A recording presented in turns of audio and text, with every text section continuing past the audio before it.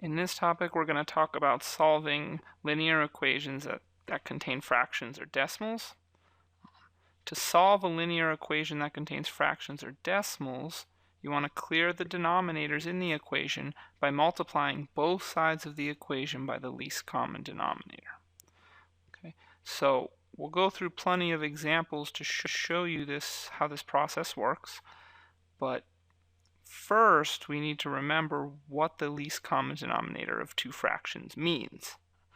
Okay, so remark 1 sort of reminds you of that. The least common denominator for two fractions is the smallest number that both denominators divide into. Right, so let's do a quick example to remind you what the least common denominator is. Okay, so here's a baby example to help us remember what the least common denominator is. Right, so here it says find the LCD between 1/8 and 1/6.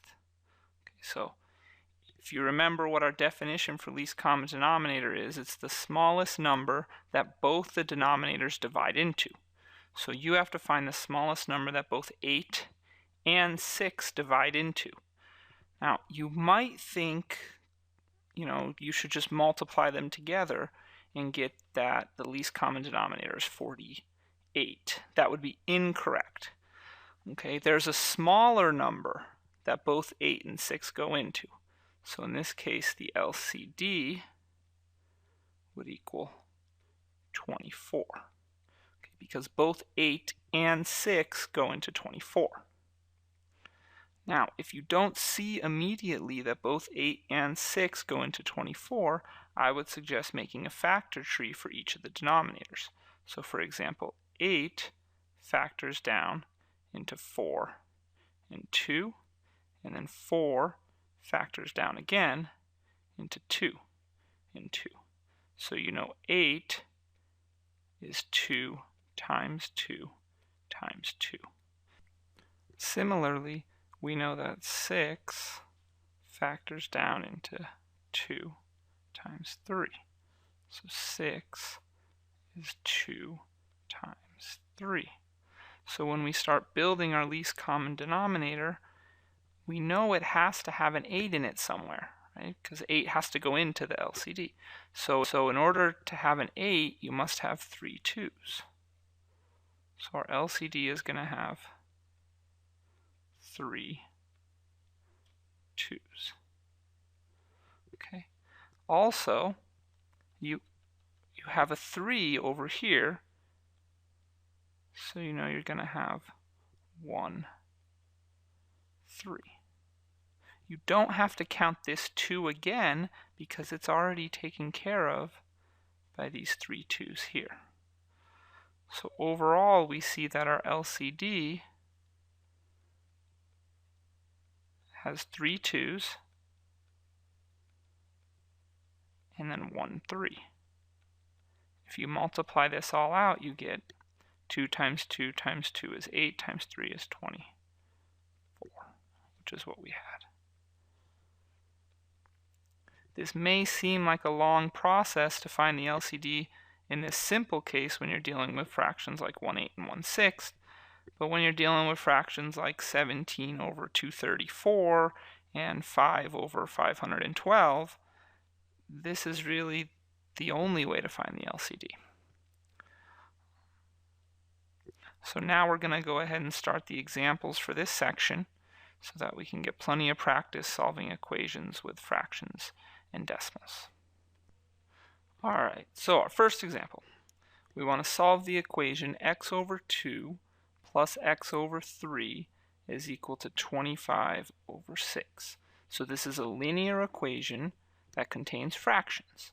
The strategy to solve such an equation is to multiply both sides by the least common denominator. So you look at all three of your fractions, x over 2, x over 3, and 25 over 6, and you ask what's the least common denominator between the three fractions. Well, you're looking for the smallest number that 2, 3, and 6 all go into, and that's 6. So I'm going to go ahead and multiply both sides of this equation by the LCD of 6. So you have to be careful here because you're actually only going to multiply the numerators in the equation. So let me write it out. We have x over 2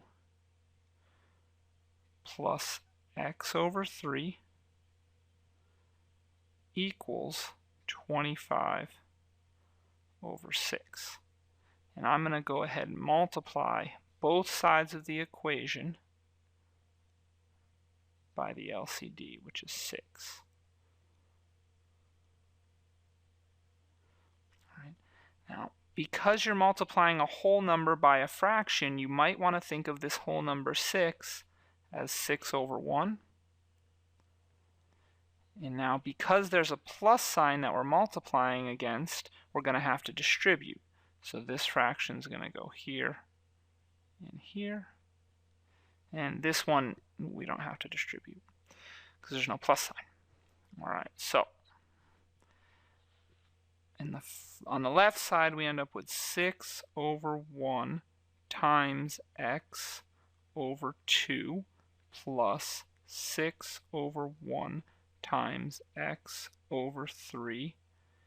And then on the right, we have 25 over 6 times 6 over 1. Now, at this point, you're going to be tempted to multiply straight across. Okay, you're going to want to do 6 times x and 1 times 2, and then 6 times x and 1 times 3. I do not suggest that. I would suggest instead to reduce right away, meaning you have a 6 on top of this fraction, you have a 2 on the bottom of this fraction, and you have a multiplication in between, so you can reduce this. 6 over 2 gives you a 3 on top, 1 on bottom. Here you have a 6 on top, a 3 on bottom. You can reduce those to a 2 on top and a 1 on bottom. Here you have a 6 on top and a 6 on bottom, so you'll have a 1 and a 1. When all the dust settles, here you have a 3x left over. A 1 in the bottom, but I'm not even going to write that.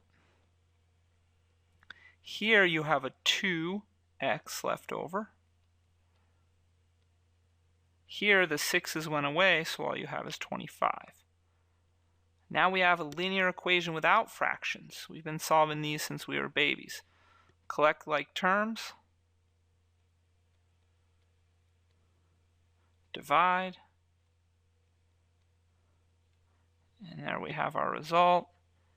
X equals 5.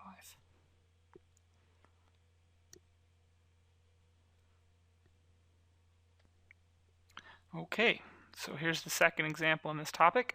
Solve the equation, and it gives you the quantity x minus 1 over 5 minus the quantity x plus 2 over 2 equals 7/10. So once again, we have an equation that contains fractions.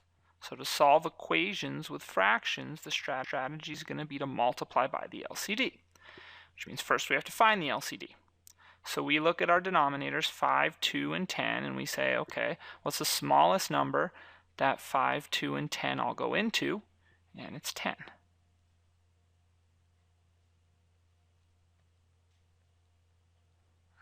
So now I have to hit both sides of my equation by the LCD to help me clear out the denominators. So let's write that out.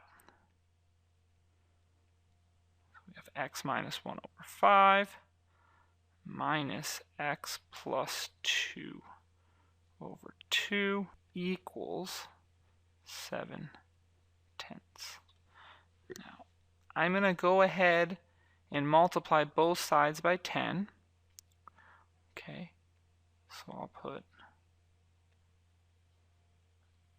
10 on the outside here to be multiplied, and then 10 to be multiplied here. Okay, again, there's a subtraction in the middle, so I'm going to have to distribute this 10 to each fraction. So that leaves me with 10 times the fraction x minus 1 over 5. If it makes you uncomfortable to have a whole number times a fraction, then just change the whole number into a fraction by putting over 1. Okay, so that's our first distribution. The second part of our distribution says that we have to take minus 10 over 1 times x plus 2 over 2, and then this should equal 7 over 10 times 10 over 1. Now we start reducing. Okay, don't actually multiply these out before you reduce what you can. There's a 10 on top and a 5 on bottom. That's going to leave us with a 2. Over here, there's a 10 on top and a 2 on bottom. That's going to reduce and leave us with a 5. And then here, there's a 10 and a 10. Those are going to reduce, leaving us with just 1 on top. So now let's rewrite what we have. Here you have to be a little careful because this 2 is going to get multiplied by this entire quantity, x minus 1, so it looks like this.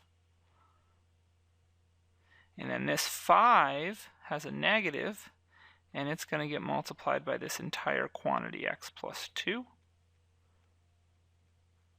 And then on the other side, all we have left is 7. So now we're left with a linear equation with no fractions. We have some parentheses, so we're going to distribute, collect like terms, and isolate x using reverse operations, just like we did in the last topic. So let me go ahead and work through this very quickly. Here's the result after I distribute my 2 and my negative 5. Now I have to collect like terms. So here's the result after I collect like terms. And then finally, I can isolate x using my reverse operations. Negative 3x equals 19. Divide both sides by negative 3. X equals negative 19 over 3, which does not reduce, so that is my final answer.